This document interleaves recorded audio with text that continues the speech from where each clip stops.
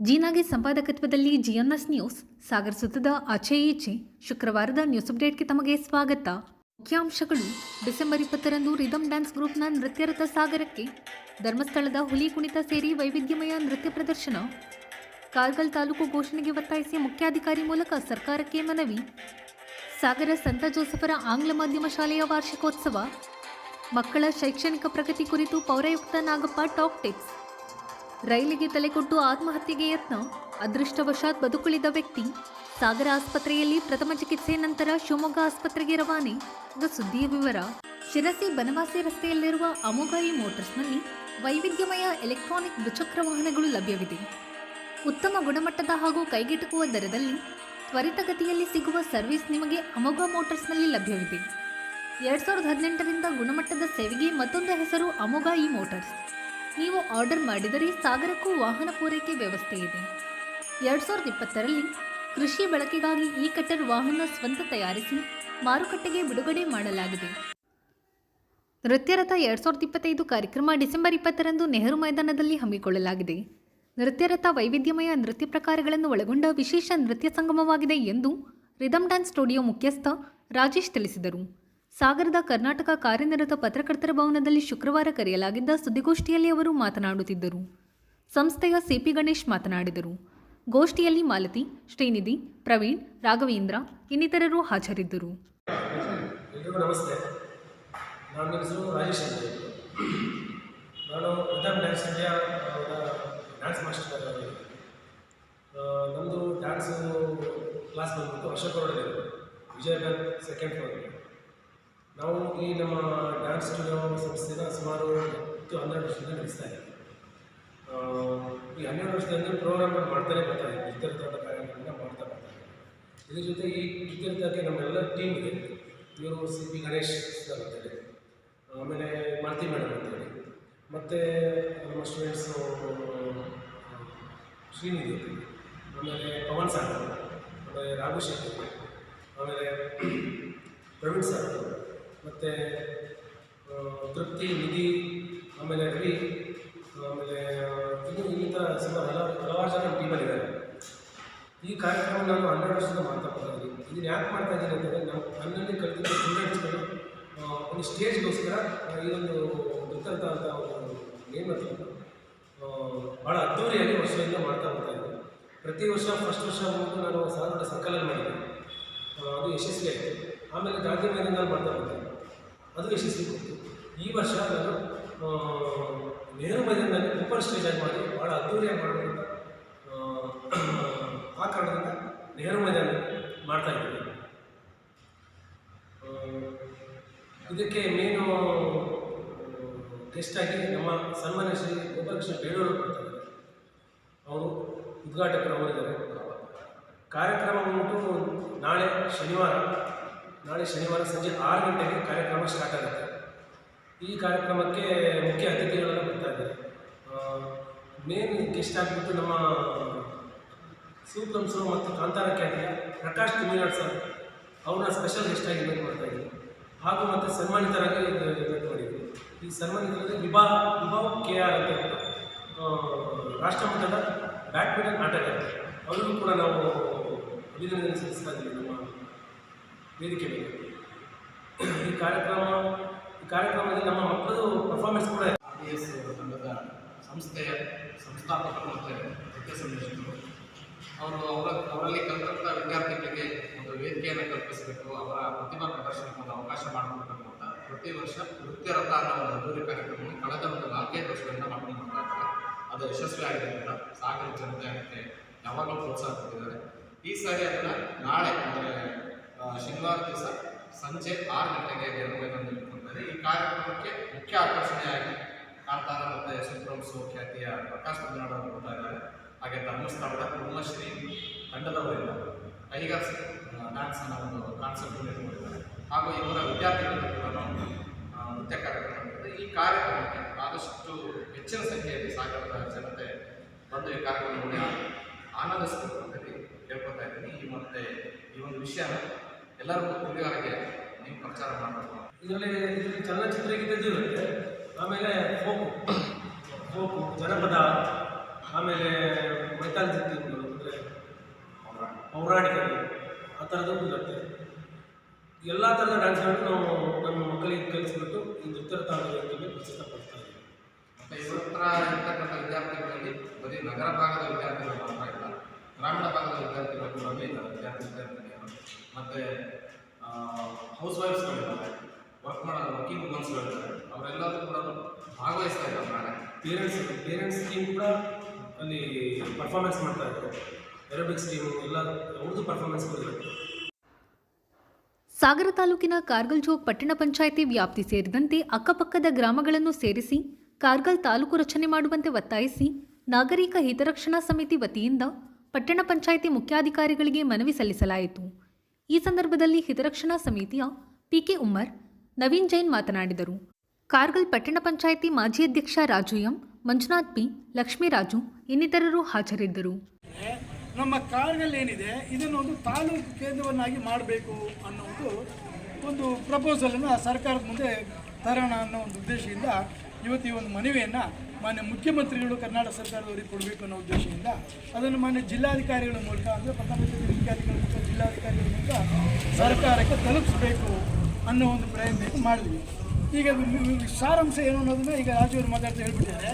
ಈಗ ನಮ್ಮಲ್ಲಿ ಹೊಸಾಡು, ನಾಗುಳ್ಳಿ ಅಂತ ಹೇಳಿ ಇದೆ, ಆಮೇಲೆ ಮೆಗಾನಿ ಅಂತಿದೆ. ಅಲ್ಲಿಂದ ಹೆಚ್ಚು ಕಡಿಮೆ 100 ಕಿಲೋಮೀಟರ್ ಅಷ್ಟು ಸಾಗರ ತಾಲೂಕು ಕೇಂದ್ರಕ್ಕೆ ಊಟಕ್ಕೆ ಬೇಕಾಗುತ್ತೆ.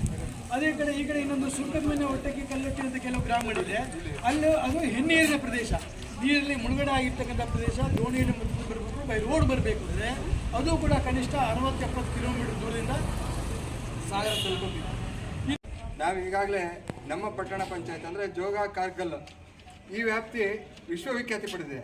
ಅಂದರೆ ಜೋಗ ಜಲಪಾತ ವಿಶ್ವವಿಖ್ಯಾತವಾಗಿರ್ತಕ್ಕಂಥ ಜೋಗ ಜಲಪಾತ ನಮ್ಮೂರಲ್ಲಿದೆ. ಹಾಗೆ ಶರಾವತಿ ನದಿ, ಕನ್ನಡ ನಾಡಿನ ಭಾಗೀರಥಿ ಶರಾವತಿ ನದಿ ಈ ಭಾಗದಲ್ಲಿ ಹರಿತಾ ಇದೆ. ಇಲ್ಲಿಗೆ ಬರ್ತಕ್ಕಂಥ ಪ್ರವಾಸಿಗರು, ಅತಿ ಹೆಚ್ಚಿನ ಪ್ರವಾಸಿಗರು ನಮ್ಮ ಭಾಗಕ್ಕೆ ಬರ್ತಾ ಇದ್ದಾರೆ. ಹಾಗೆ ನಾವು ಯಾವುದೇ ಒಂದು ಕೆಲಸಗಳನ್ನು ಮಾಡಬೇಕು ಅಂತ ಆದರೆ ಇಲ್ಲಿಂದ 30 ಕಿಲೋಮೀಟರ್ ಹೋಗಬೇಕಾಗಿದೆ. ಜನಸಂಖ್ಯೆ ಇಲ್ಲಿ ಇರೋದು ಕಡಿಮೆ ಆದರೂ ಸಮೇತ ಬಂದು ಹೋಗೋಂಥ ಜನ ಈ ಭಾಗಕ್ಕೆ ಜಾಸ್ತಿ.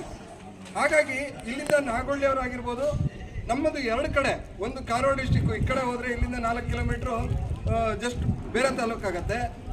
ಈ ಕಡೆಗೆ ಹೋದರೆ ನಾಗೊಳ್ಳಿಯಿಂದ ಆ ಕಡೆ ಬೇರೆ ಆಗುತ್ತೆ. ನಾವು ಕೊಟ್ಟ ಕಡೆ ಜಾಗದಲ್ಲಿದ್ದೀವಿ. ಆದ್ದರಿಂದ ನಮ್ಮ ಕೆಲಸ ಕಾರ್ಯಗಳು ತ್ವರಿತಗತಿಯಲ್ಲಿ ಆಗಬೇಕು ಅಂತ ಹೇಳಿದ್ರೆ ನಮ್ಮ ಕಾರ್ಗಲ್ಲು ಒಂದು ತಾಲೂಕು ಆದರೆ ಮಾತ್ರ ನಮ್ಮ ಈ ಭಾಗದ ಜನಗಳಿಗೆ ನ್ಯಾಯ ಸಿಗ್ಲಿಕ್ಕೆ ಸಾಧ್ಯ.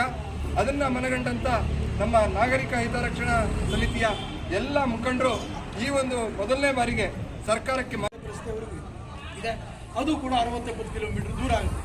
ಹೀಗೆ ಭೌಗೋಳಿಕವಾಗಿರ್ತಕ್ಕಂಥ ವ್ಯಾಪ್ತಿ ಏನಿದೆ ನಮ್ಮ ಈ ಪ್ರದೇಶದ್ದು, ಇದು ಭಾಳ ವಿಸ್ತಾರವಾದ ಪ್ರದೇಶ. ಆದ್ದರಿಂದ ಜನಸಂಚರಣೆ ಕಡಿಮೆ ಇದ್ದರೂ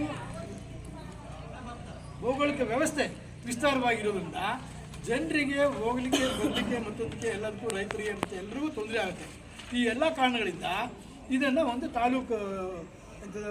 ತಾಲೂಕು ಕೇಂದ್ರವನ್ನಾಗಿ ಮಾಡಬೇಕು ಅನ್ನೋ ಒಂದು ಅಭಿಲಾಷೆ ನಮ್ಮದು. ಇದ್ರ ಜೊತೆಗೆ ಈಗ ಪಟ್ಟಣ ಪಂಚಾಯಿತಿ ವ್ಯಾಪ್ತಿಯಲ್ಲಿರ್ತಕ್ಕಂಥದ್ದು ಇದು ನಗರ ಪ್ರದೇಶ. ಸಾಗರ ತಾಲೂಕಲ್ಲಿ 2ನೇ ಪಟ್ಟಣ ಪ್ರದೇಶ ಇದು. ಒಂದು ಸಾಗರ ನಗರಸಭೆ ಇದೆ, ಅದು ಬಿಟ್ಟರೆ ಇದು 2ನೇ ನಗರ ಪ್ರದೇಶ.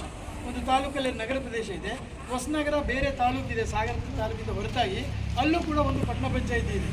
ಅದು ಯಾಕಂದರೆ ತಾಲೂಕು ಕೇಂದ್ರವನ್ನು ಉದಾಸೀನ ಮಾಡಬಾರ್ದು ಅನ್ನೋ ಕಾರಣಕ್ಕೆ ಜನಸಂಖ್ಯೆ ಆಧಾರದ ಮೇಲೆ ಮಾಡಲಿಕ್ಕೆ ಬರದೇ ಇದ್ದರೂ ಕೂಡ ಅದನ್ನು ಪಟ್ಟಣ ಪಂಚಾಯಿತಿ ಅಂತ ಸರ್ಕಾರ ಘೋಷಣೆ ಮಾಡಿದೆ. ಅದೇ ರೀತಿಯಲ್ಲಿ ನಮ್ಮ ಪಟ್ಟಣ ಪಂಚಾಯಿತಿಯನ್ನು ಕೂಡ 44 ಸ್ಕ್ವೇರ್ ಕಿಲೋಮೀಟರ್ ಇರ್ತಕ್ಕಂಥ ಒಂದು ಇದಿದ್ದು ಕರ್ನಾಟಕ ರಾಜ್ಯದಲ್ಲಿ ಇಷ್ಟು ದೊಡ್ಡ ಒಂದು ಮುನ್ಸಿಪಾಲ್ಟಿ ಆಗಲಿ ಇದಾಗಲಿ ಇರುವಂಥದ್ದಿಲ್ಲ. ಮಕ್ಕಳಲ್ಲಿರುವ ಪ್ರತಿಭೆಯನ್ನು ಅಭಿವ್ಯಕ್ತಗೊಳಿಸಲು ಶಾಲಾ ವಾರ್ಷಿಕೋತ್ಸವ ವೇದಿಕೆ ಪೂರಕವಾಗಿದೆ ಎಂದು ಪೌರಾಯುಕ್ತ ಎಚ್.ಕೆ. ನಾಗಪ್ಪ ತಿಳಿಸಿದರು. ಸಾಗರದ ನೆಹರು ಮೈದಾನದಲ್ಲಿ ಗುರುವಾರ ಸಂತ ಜೋಸೆಫ್ ಆಂಗ್ಲ ಮಾಧ್ಯಮ ಹಿರಿಯ ಪ್ರಾಥಮಿಕ ಶಾಲೆಯ ವಾರ್ಷಿಕೋತ್ಸವ ಕಾರ್ಯಕ್ರಮ ಉದ್ಘಾಟಿಸಿ ಅವರು ಮಾತನಾಡುತ್ತಿದ್ದರು. ವೇದಿಕೆಯಲ್ಲಿ ಸಂತ ಜೋಸೆಫರ ದೇವಾಲಯದ ಧರ್ಮಗುರುಗಳಾದ ರಿಚರ್ಡ್ ಅನಿಲ್ ಡಿಸೋಜಾ, ಗಿಚ್ಚಿಗಿಲಿಗಿಲಿ ಖ್ಯಾತಿಯ ರಾಘವೇಂದ್ರ, ಡಾಕ್ಟರ್ ಆಯೇಷಾ, ಮುಖ್ಯ ಶಿಕ್ಷಕಿ ರೇಷ್ಮಾ ಇನ್ನಿತರರು ಹಾಜರಿದ್ದರು. 25ರ ವಾರ್ಷಿಕೋತ್ಸವದ ಒಂದು ಕಾರ್ಯಕ್ರಮ. ಈ ಒಂದು ಕಾರ್ಯಕ್ರಮದಲ್ಲಿ ಇಲ್ಲಿ ನಾವು ಮಾತು, ಹಿತವಚನ, ಭಾಷಣಕ್ಕಿಂತ ಮುಂದೆ ಕೂತಾಡ್ತಕ್ಕಂಥ ಕೌತುಕತೆ ಬಗ್ಗೆ ನನಗೆ ಮತ್ತು ನಮ್ಮ ಇಲ್ಲೇನು ನಾವೆಲ್ಲರಿಗೂ ನಮಗೆಲ್ಲರಿಗೂ ಅದರ ಅರಿವಿದೆ. ಯಾಕಂದರೆ ನಾನು ಸಹ ನನ್ನ ಮಕ್ಕಳು 5ನೇ ಕ್ಲಾಸ್ವರೆಗೂ ಇಲ್ಲೇ ಓದಿರ್ತಕ್ಕಂಥದ್ದು. ನಾವು ಅದೇ ಶಾಲೆಯಲ್ಲೇ ಕೂರ್ತಿದ್ವಿ, ಯಾವಾಗ ನಮ್ಮ ಮಕ್ಕಳು ಡ್ಯಾನ್ಸ್ ಬರುತ್ತೆ ಅಂತೇಳಿ ಅದನ್ನು ನಾವೆಲ್ಲರೂ ಹೊತ್ಕೊಂಡಿದ್ದೀವಿ. ಇಷ್ಟೇ. ಇವತ್ತು ನಮ್ಮ ಊರಿನಲ್ಲಿ ಏನು ಒಂದು ಕಾನ್ವೆಂಟ್ ಅಥವಾ ಜೋಸೆಫ್ ಕಾನ್ವೆಂಟ್ ಅಂತ ಏನಿದೆ, ಶಿಸ್ತಿನ ಪ್ರತಿಯೊಂದು ವಿಭಾಗದಲ್ಲೂ ಶಿಸ್ತಿಗೆ ಹೆಸರಾದಂಥ ಒಂದು ಸಂಸ್ಥೆ. ಮೊದಲನೇದಲ್ಲಿ ಮಕ್ಕಳ ಅಡ್ಮಿಷನ್ ವಿಚಾರದಲ್ಲಿ ಯಾವುದೇ ರೆಕಮೆಂಡೇಶನು, ಯಾವುದೇ ಶಿಫಾರಸುಗಳಿಗೆ ಇವರು ಮನ್ನಣೆಯನ್ನು ಕೊಡೋದಿಲ್ಲ. ಅದು ಒಂದು ಪ್ಲಸ್ ಪಾಯಿಂಟ್ ಇರೋದ್ರಿಂದಲೇ ಬಹುಶಃ ಈ ಶಿಕ್ಷಣದ ಗುಣಮಟ್ಟವನ್ನು ಅವರು ಮೇಂಟೈನ್ ಮಾಡ್ಕೊಂಡು ಬಂದಿದ್ದಾರೆ. ಈಗ ನಾನು ಹೇಳಬೇಕು ಅಂದರೆ ಈ ಒಂದು ಸಂಸ್ಥೆಯ president doctor CR Sahana BS ಅವರೇ, ಹಾಗೆಯೇ ನಮ್ಮೂರಿನ ನಿಜವಾಗಲೂ ಅಪಾರ್ಥ ಸ್ಟೂಡೆಂಟ್ ಲೈಫ್ ಗೋಲ್ಡನ್ ಲೈಫ್ ಅಂತ. ಅಂದರೆ ನಾವು ಶಿಕ್ಷಣದ ಸಮಯದಲ್ಲಿ ಸರಿಯಾದ ರೀತಿಯಲ್ಲಿ ನಮ್ಮ ಮಕ್ಕಳು ಪಾಠ ಕಲಿತ್ರೆ, ಅಂದರೆ ಈಗ ಸಣ್ಣ ಸಣ್ಣ ಮಕ್ಕಳು ಇರೋದ್ರಿಂದ ಅವ್ರನ್ನ ಉದ್ದೇಶಿಸಿ ಮಾತಾಡೋಕ್ಕೆ ಬರೋದಿಲ್ಲ.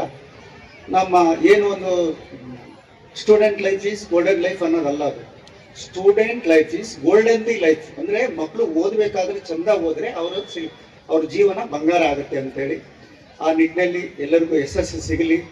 ಹಾಗೆಯೇ ಇವತ್ತು ನಾನು ನಮ್ಮ ಸೈಂಟ್ ಜೋಸೆಫ್ ಈ ಬೆಥನಿ ಎಜುಕೇಷನಲ್ ಸೊಸೈಟಿ ಅಂತ ನಾನು ಕಳೆದ 20-25 ವರ್ಷದಿಂದ ಈ ಊರಿನ ಅನುಭವದಲ್ಲಿ ಬಹುಶಃ ನಾನು ವರ್ಷದಿಂದ ವರ್ಷಕ್ಕೆ ಕಾಣ್ತಾ ಇರೋದು ನಮ್ಮ ನಾಡಿನ ಸಂಸ್ಕೃತಿ, ಕನ್ನಡ ಭಾಷೆಯ ಬಳಕೆ. Most successful men's in the world ಅಂತೇಳಿ ನಮ್ಮ ಸ್ಟೀವನ್ ಅಂತೇಳಿ ಅವರು ಬರೀತಾರೆ. ಅದರಲ್ಲೂ ಇವ್ರ ಹ್ಯಾಬಿಟ್ ಹೇಗಿರ್ಬೇಕು ಒಬ್ಬ ಮನುಷ್ಯ ಸಕ್ಸಸ್ ಆಗಬೇಕು. ಇನ್ನೂ ನಮ್ಮ ಪ್ರೇಕ್ಷಕರಲ್ಲಿ ಮೇಲಾಗ ಒಂದು ಏನಂದ್ರೆ ನಮ್ಮ ಗುರುರಾಜ್ ಖರ್ಜಿಗೆ ಅಂತ ದಿ ಗ್ರೇಟ್ ಸ್ಕಾಲರ್ ಅವರು ನಮ್ಮ ಕನ್ನಡದಲ್ಲಿ, ಅವರು ಕರುಣಾಳು ಬಾ ಬೆಳಕೆ ಅಂತ ಪುಸ್ತಕದ ಸೀರೀಸ್ ಅನ್ನು ಬರೀತಾರೆ. ಅವರು ಬೇರೆ ಯಾವುದೇ ಕಟ್ಟುಕಥೆಗಳನ್ನು ಬರೆಯೋದಿಲ್ಲ, ಯಾವುದೇ ಇತಿಹಾಸವನ್ನ ಮೆಲುಕು ಹಾಕೋದಿಲ್ಲ, ಏನೂ ಇಲ್ಲ. ಅವ್ರೇನು ನೀನು ಬದುಕಬೇಕಾದ್ರೆ ಏನ್ ಮಾಡಬೇಕು ಅನ್ನೋದನ್ನ ಒಂದು ನಿದರ್ಶನ ರೂಪದಲ್ಲಿ ಆ ಪುಸ್ತಕಗಳನ್ನ ಬರೆದಿದ್ದಾರೆ.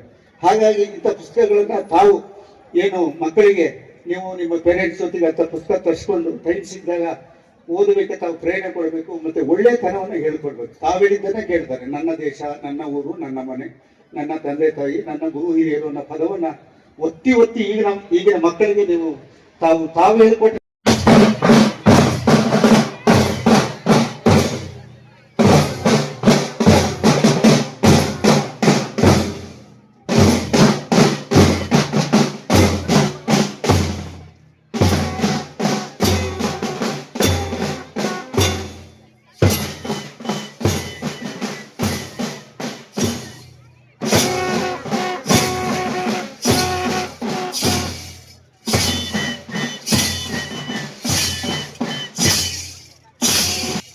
ಸಾಗರದ ಚಂದ್ರಮಾವಿನಕೊಪ್ಪಲು ಬಳಿ ವ್ಯಕ್ತಿಯೊಬ್ಬ ರೈಲಿಗೆ ತಲೆಕೊಟ್ಟು ಆತ್ಮಹತ್ಯೆಗೆ ಯತ್ನಿಸಿದ ಘಟನೆ ಶುಕ್ರವಾರ ನಡೆದಿದೆ. ತಾಳಗುಪ್ಪದಿಂದ ಮೈಸೂರಿಗೆ ಹೊರಡುವ ರೈಲಿಗೆ ಮಧ್ಯಾಹ್ನ ಸಾಗರ ಪಟ್ಟಣದ ಚಂದ್ರಮಾವಿನಕೊಪ್ಪಲು ಬಳಿ ಹಾದು ಹೋಗುವ ಸಮಯದಲ್ಲಿ ಹೊಸನಗರ ತಾಲೂಕಿನ ಮುಗುಡ್ತಿ ಗ್ರಾಮದ ಸುಮಾರು 61 ವರ್ಷದ ನರೇಂದ್ರ ಕುಮಾರ್ ಎಂಬಾತ ರೈಲಿಗೆ ತಲೆಕೊಟ್ಟು ಆತ್ಮಹತ್ಯೆಗೆ ಪ್ರಯತ್ನಿಸಿ ಅದೃಷ್ಟವಶಾತ್ ಬದುಕಿದ್ದಾರೆ. ತೀವ್ರವಾಗಿ ಗಾಯಗೊಂಡ ವ್ಯಕ್ತಿಯನ್ನು ಸ್ಥಳೀಯರು ಸಾಗರ ಉಪವಿಭಾಗೀಯ ಆಸ್ಪತ್ರೆಗೆ ಕರೆತಂದಿದ್ದಾರೆ. ಸಾಗರ ಉಪವಿಭಾಗೀಯ ಆಸ್ಪತ್ರೆಯಲ್ಲಿ ಪ್ರಥಮ ಚಿಕಿತ್ಸೆ ನೀಡಿ ಹೆಚ್ಚಿನ ಚಿಕಿತ್ಸೆಗಾಗಿ ಶಿವಮೊಗ್ಗಕ್ಕೆ ರವಾನಿಸಲಾಗಿದೆ. ಈ ಸಂಬಂಧ ಸಾಗರ ಗ್ರಾಮಾಂತರ ಠಾಣೆಯಲ್ಲಿ ಪ್ರಕರಣ ದಾಖಲಾಗಿದೆ. ಇದು ಶುಕ್ರವಾರದ ಸಮಗ್ರ ಸುದ್ದಿ. ನಿರಂತರ ಸುದ್ದಿಗಾಗಿ ನೋಡ್ತಾ ಇರಿ GNS ನ್ಯೂಸ್. ನಮಸ್ಕಾರ.